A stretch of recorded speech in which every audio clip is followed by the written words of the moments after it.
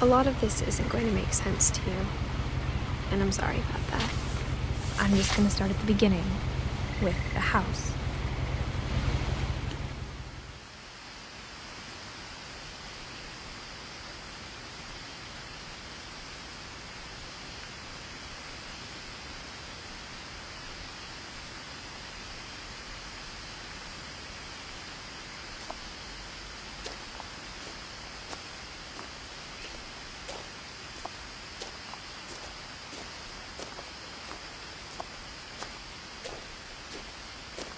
I lived here until I was 11, but I wasn't allowed inside half the rooms.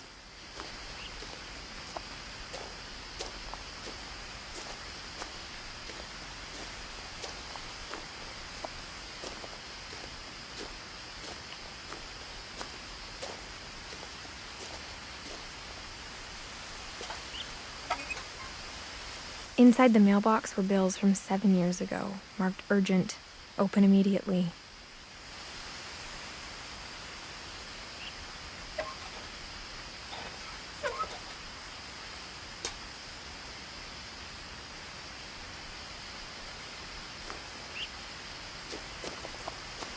I hadn't been back since my brother Lewis's funeral.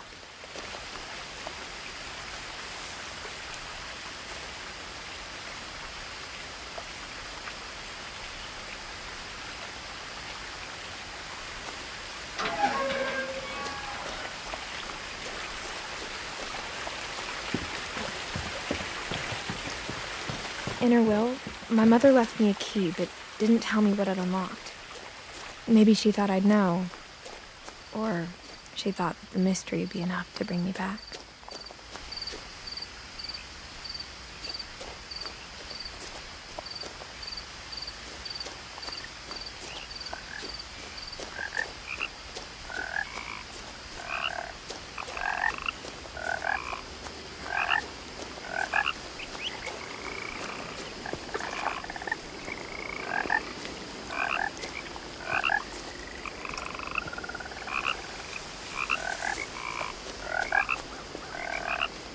The truth is, even after I inherited the house, I never thought I'd come back to it.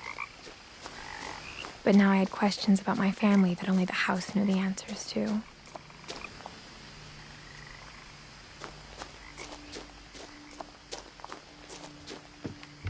The woods around the house have always been uncomfortably silent, as if they're about to say something but never do.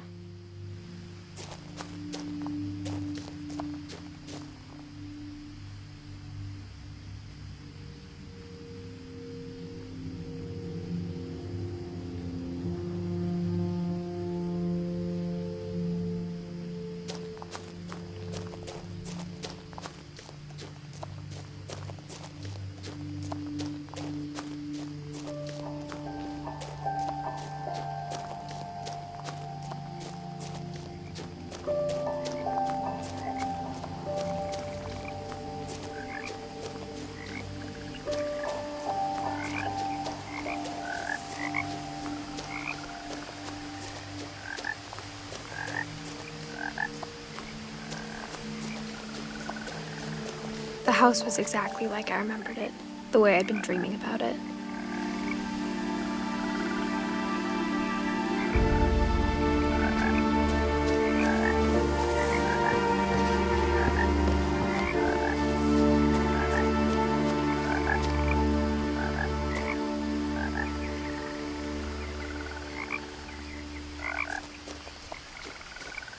As a child, the house made me uncomfortable in a way I couldn't put into words.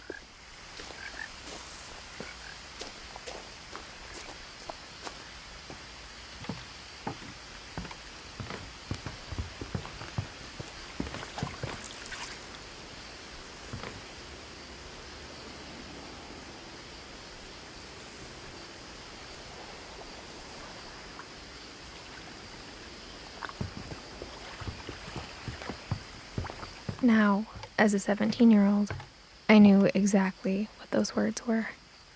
I was afraid of the house.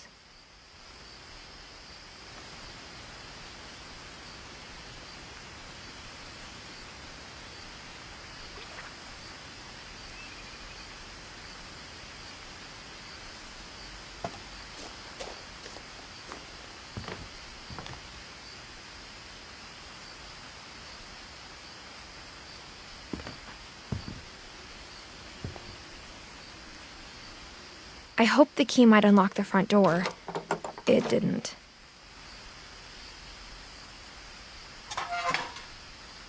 Looking in, I felt like the house itself had been waiting for me.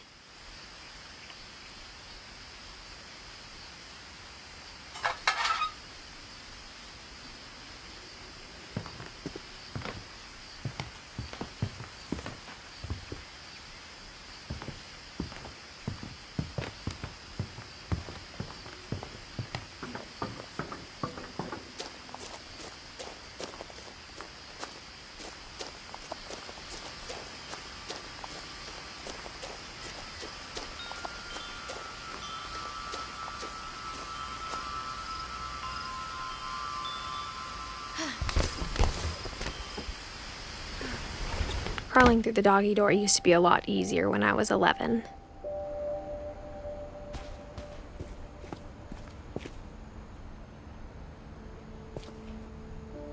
The power had been turned off the night we left.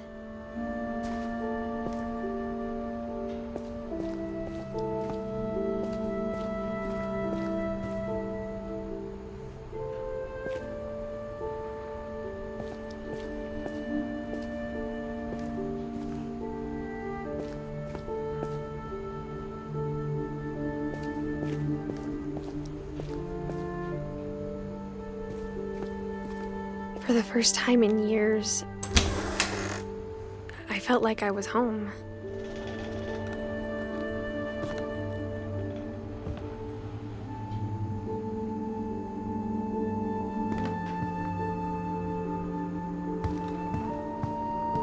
But instead of a family, there were just memories of one.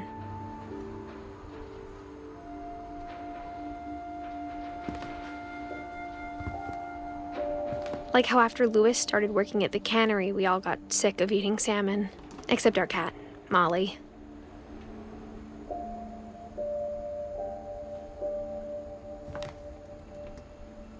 Or how only one restaurant would deliver to our house, so we had Chinese a lot.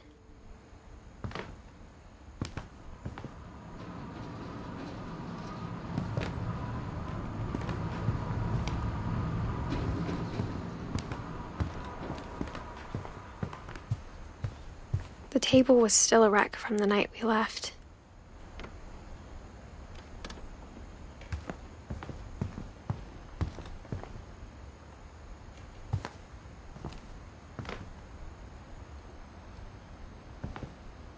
My mom was the only one of us who could imagine Great-Grandma Edie living in a nursing home.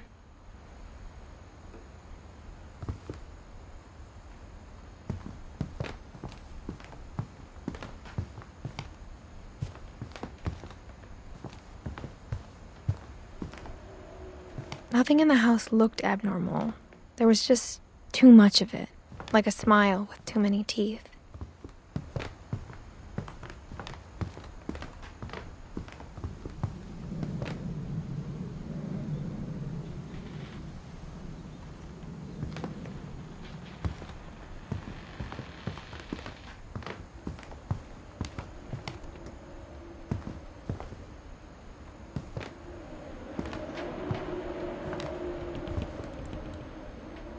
Even the fireplace had a story. Edie told me the bricks came from the original house, after it sank.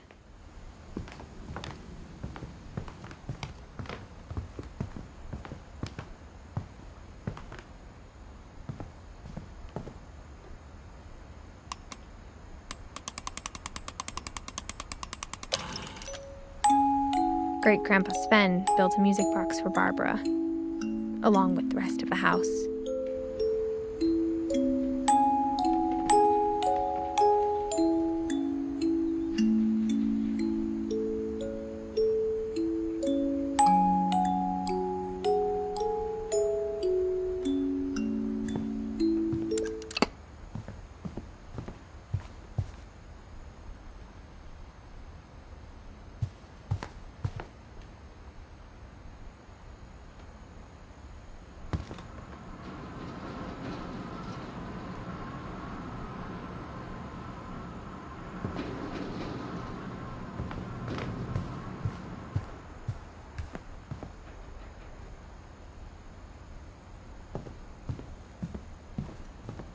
A lot of things got left behind in the whirlwind of that last night.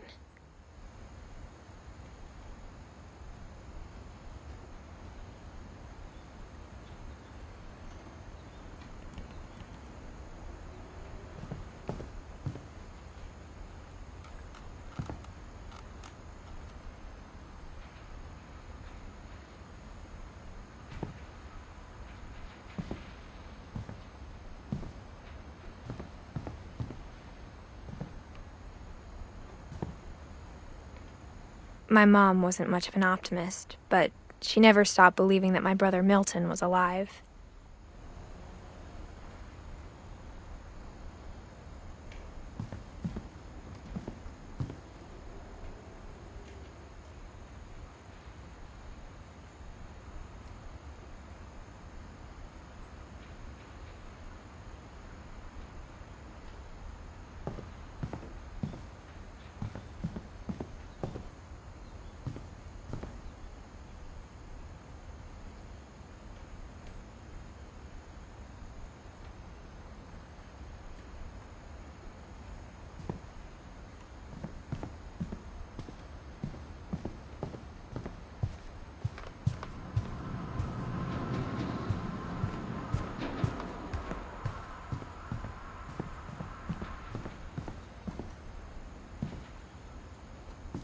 After Milton disappeared, Mom sealed up all the bedrooms. Then Edie retaliated and drilled peepholes.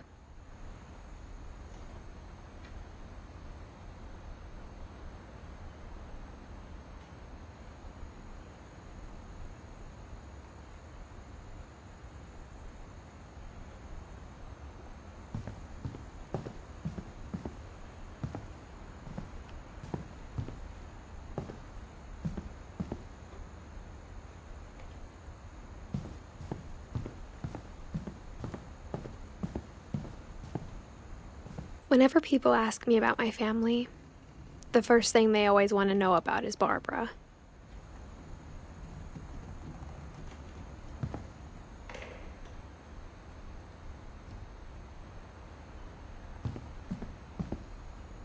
Edie's father, Odin, built the original house.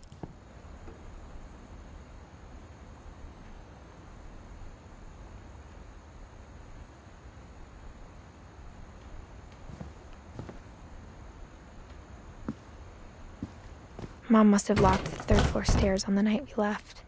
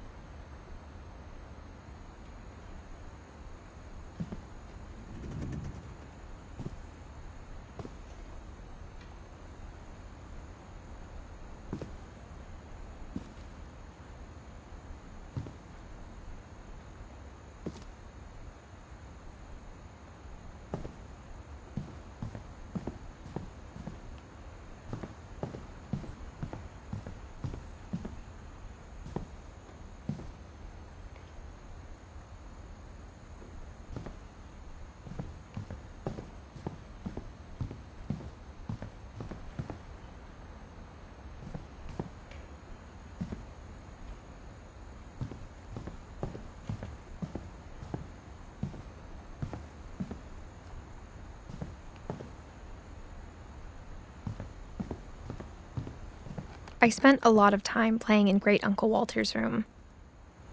I think my mom sometimes regretted not sealing it up.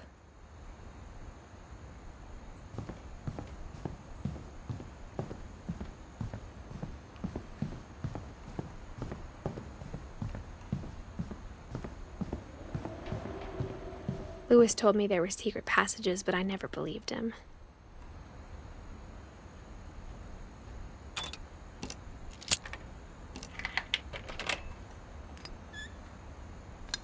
Turns out, my mom was really good at keeping secrets. Now it was time to find out what my mom had been afraid of.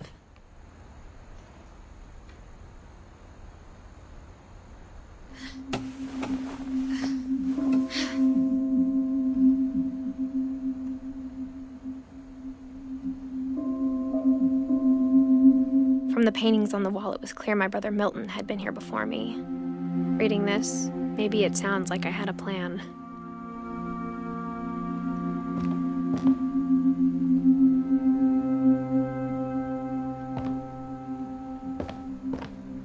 But I had no idea what was behind that door.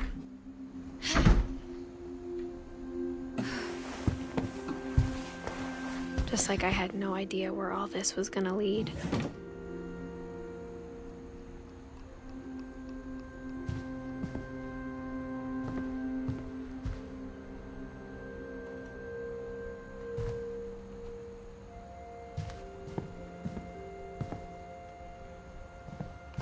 I grew up looking at Molly's room through the peephole.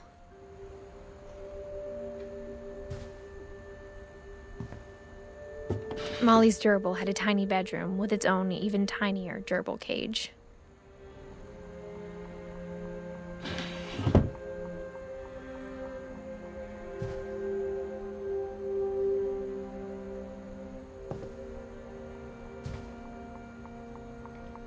Being inside for the first time, I felt like I'd stepped behind a painting.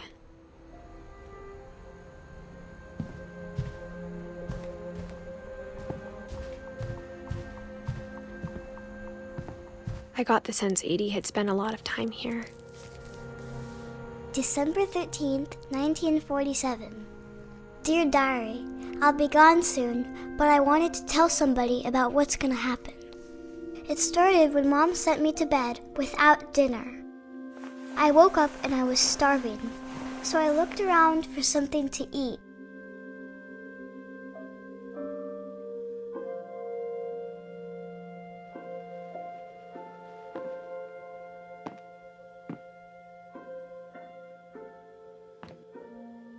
The gerbil food was dry, but I didn't mind it.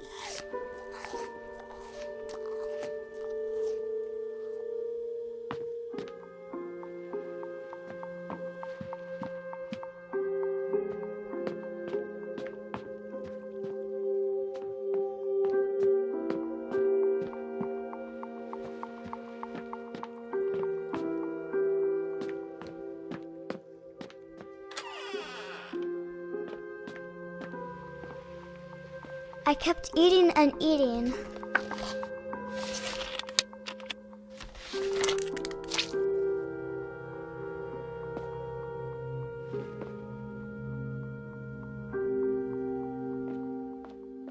I ate a lot of things that night.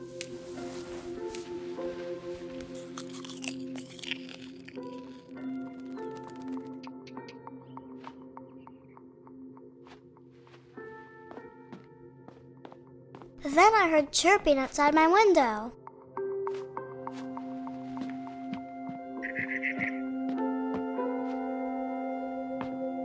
My Halloween candy was all gone.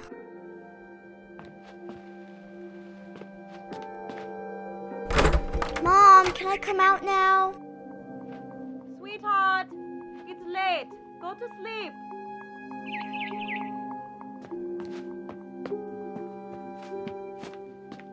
It was a barn swallow going back to her nest. I reached out for her.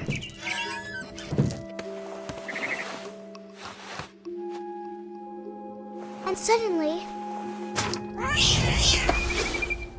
I was a cat.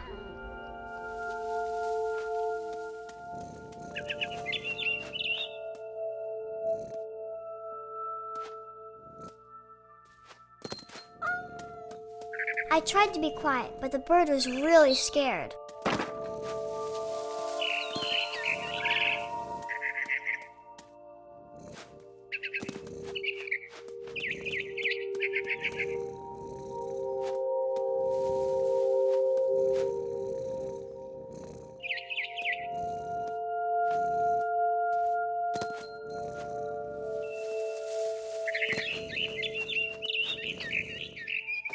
Mom and Dad didn't even look at me.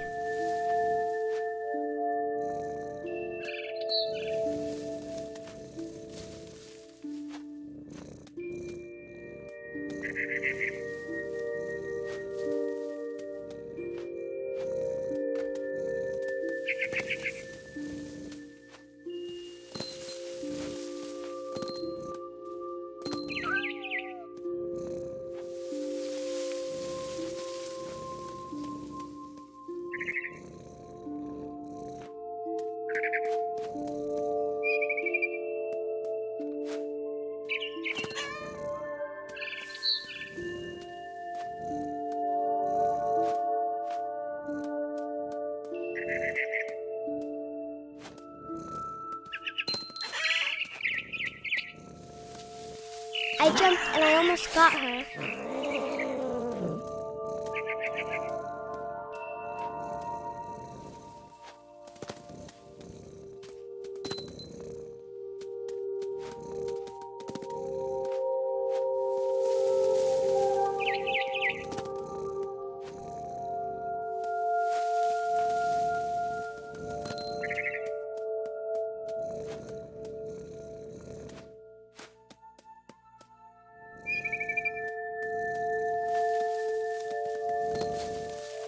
I could tell she was getting really tired.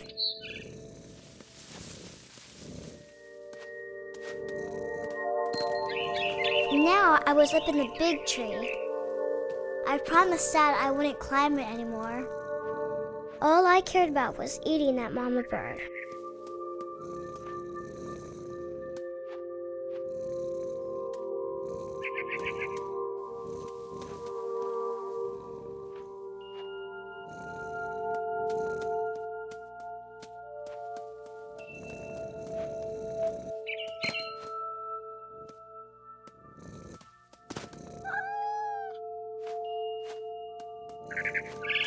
I gobbled her up. And suddenly, I was an owl. First, all I heard was the wind. Then I heard little teeth nibbling in the grass.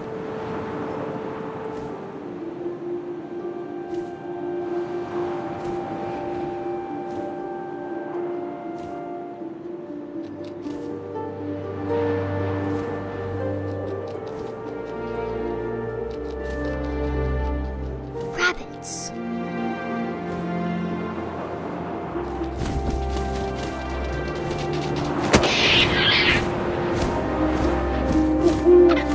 I imagined his face looking up and seeing mine through my talons.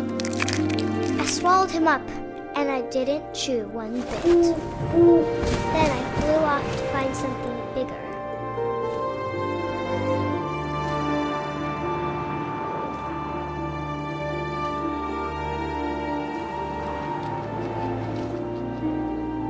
A mama rabbit.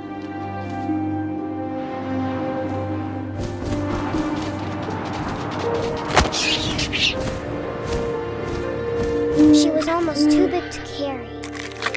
I started choking, but I couldn't stop eating. And suddenly, I was a shark.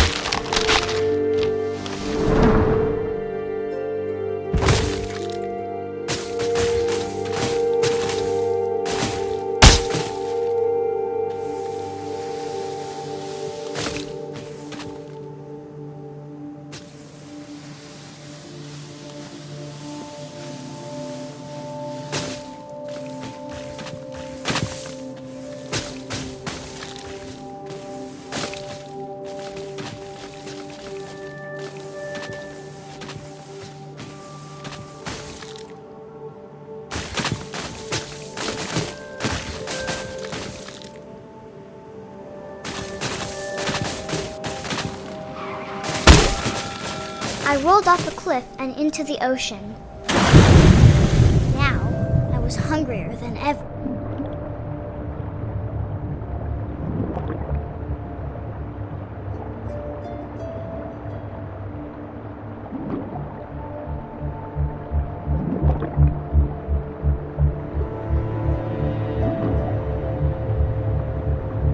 I wanted fat, juicy seals.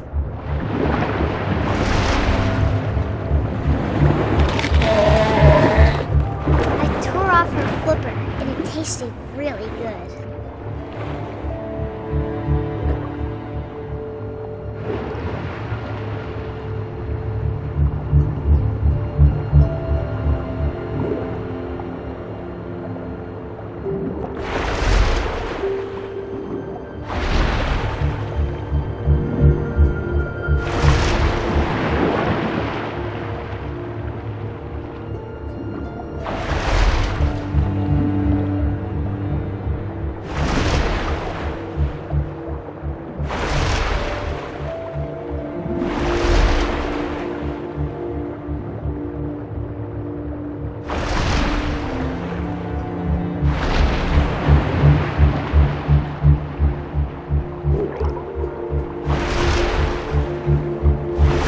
Grabbed on tight.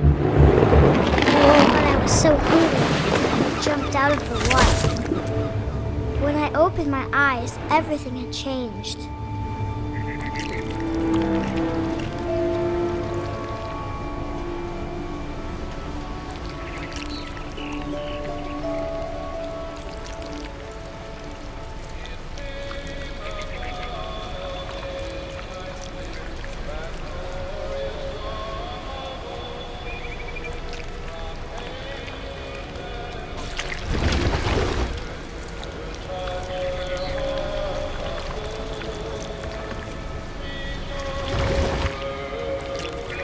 Now I was a monster, and I smelled people everywhere.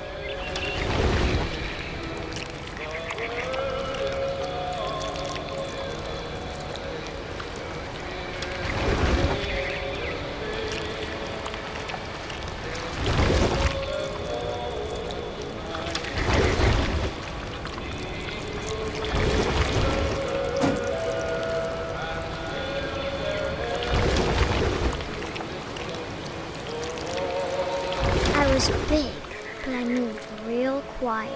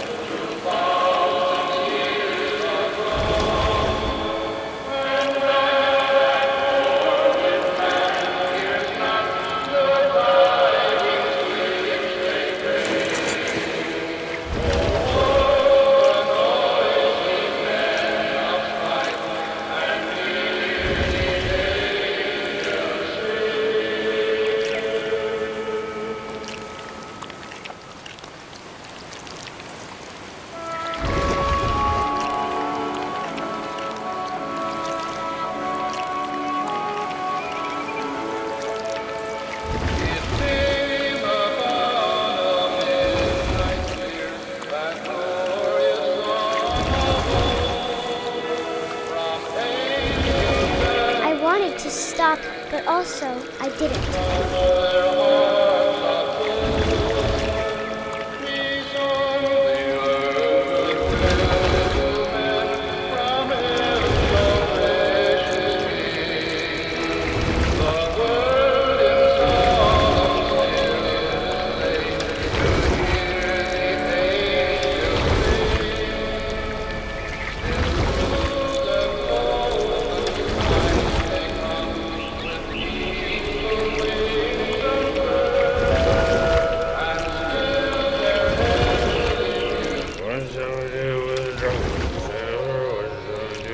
Drunken sailor, what's the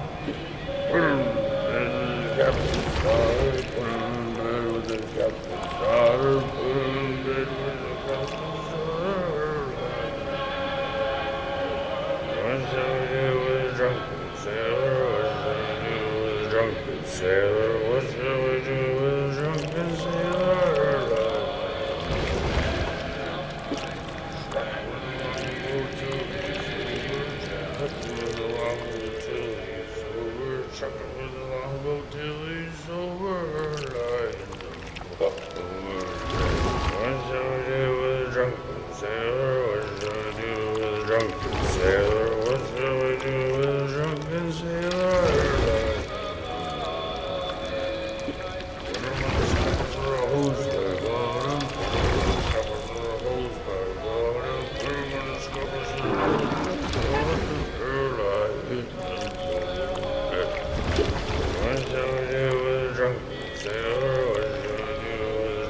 Sailor, what shall we do with a drunken sailor? Heave-ho, she rises, heave-ho, she rises in the morning.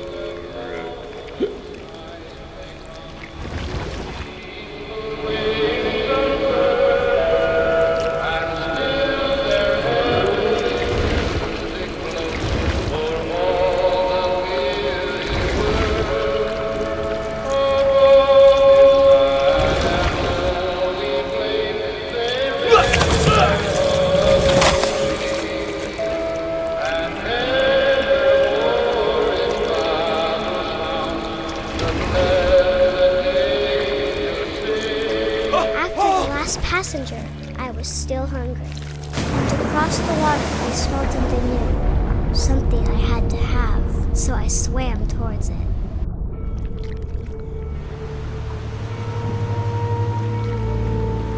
I slithered onto the sand, and the good smell went into an old pipe.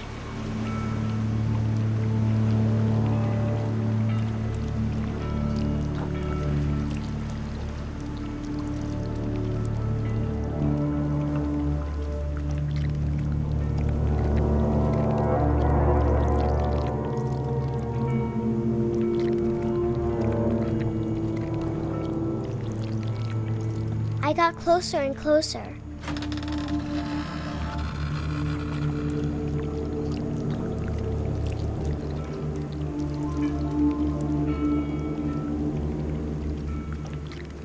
All of my stomach started growling. And suddenly, I was me again. I held my breath for a long time, but I couldn't hear anything. I think it's waiting for me to fall asleep. But it's not going to wait much longer. It needs to feed, and we both know I will be delicious.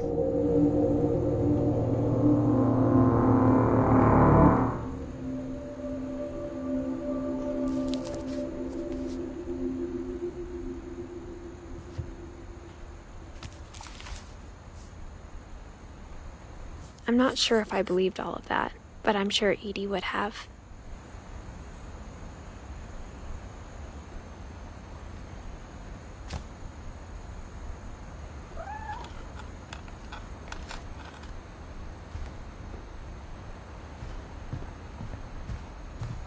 I can't describe it, but I felt like some part of Molly was still here.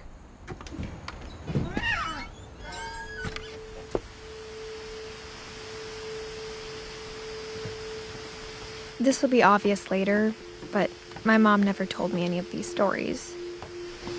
Edie would have, but Mom didn't like bringing up the past. Though, when we adopted a stray kitten, she was the one who named it Molly. I spent a lot of time in Great-Grandma Edie's room. We got along, and it was a good place to hide from my mom.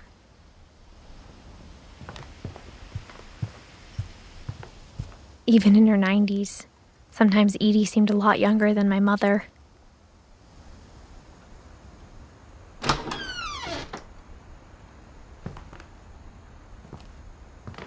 When Edie told people Sven was killed by a dragon, she could also have said he was building a dragon-shaped slide that collapsed.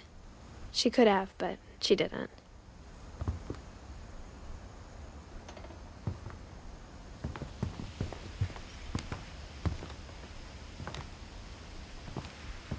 One summer, they evacuated the island, but Edie refused to go. For a few weeks, she was a celebrity. I hadn't thought of myself as Edith Jr. for a long, long time.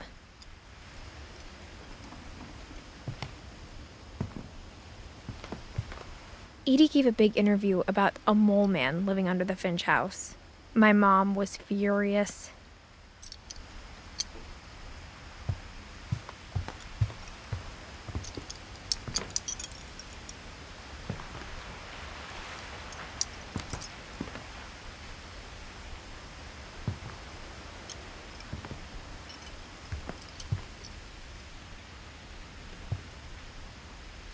Louis died a week before we left, but Edie had already started to memorialize him.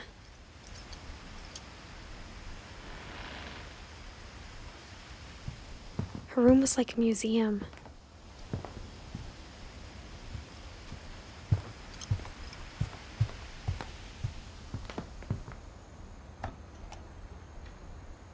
For 500 years, the Finches have been famous throughout Norway for their fortune. And misfortune. Odin Finch buries the latest victims of the family curse, his wife Ingeborg and their newborn son, Johan. On January 7th, 1937, he set sail with his family and his house, hoping to leave the curse behind. But 40-foot waves off the coast of Washington send the house and Odin to the bottom of the sea. Odin's daughter Edie, with husband Sven and baby Molly, step ashore on their new home, Orcas Island. Odin Finch is the first to be buried in the new family cemetery. His daughter Edie is already dreaming of a new Finch house.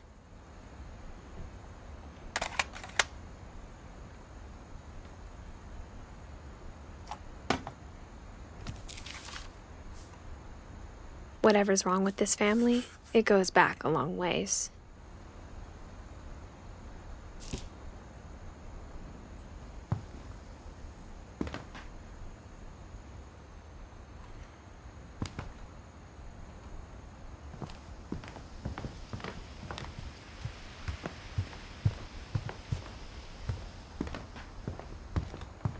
The only trace Grandpa Sam's first wife Kay left on the house was the pink bathroom.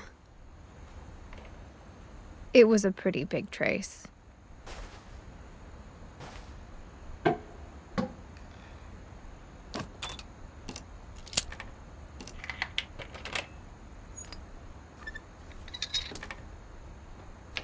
There's a secret in this bathroom. It's in the last place you would look. It isn't in the cupboard. It's hidden in this book.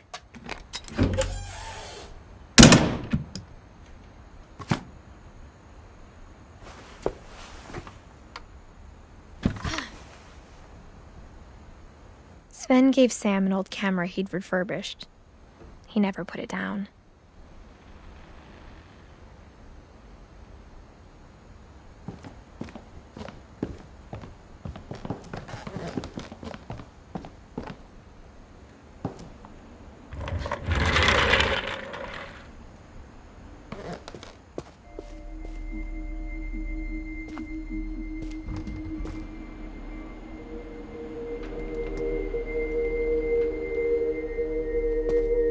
I knew Grandpa Sam had a twin.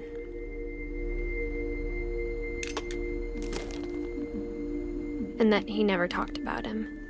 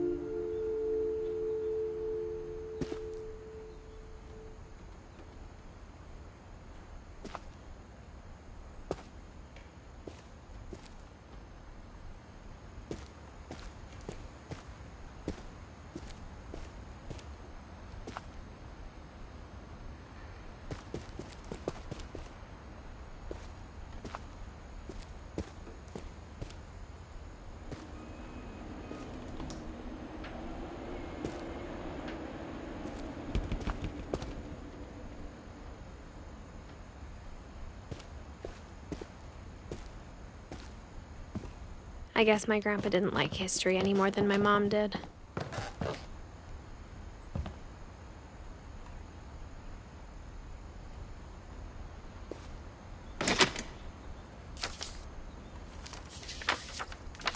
How I Want to Remember My Brother by Sam Finch.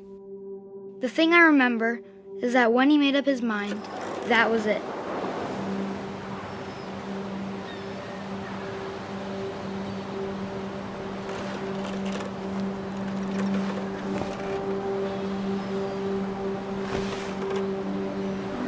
My brother said he'd die before he ate another mushroom, and he did.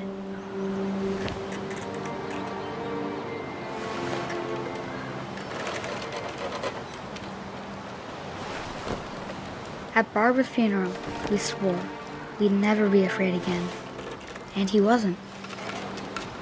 I think Calvin always wanted to fly.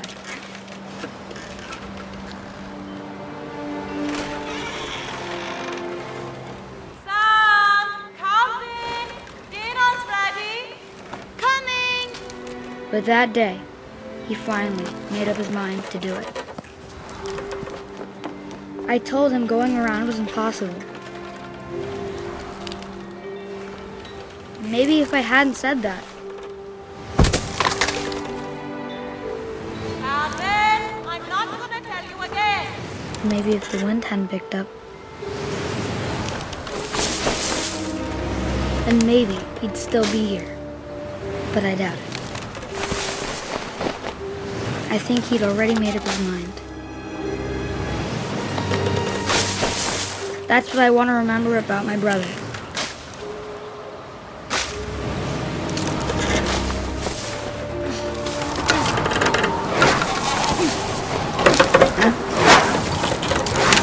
The day he made up his mind to fly.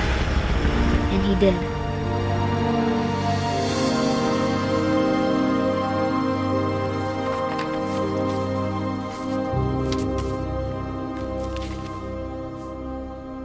Calvin's story felt strangely familiar. When I was younger, I remember trying to do the exact same thing.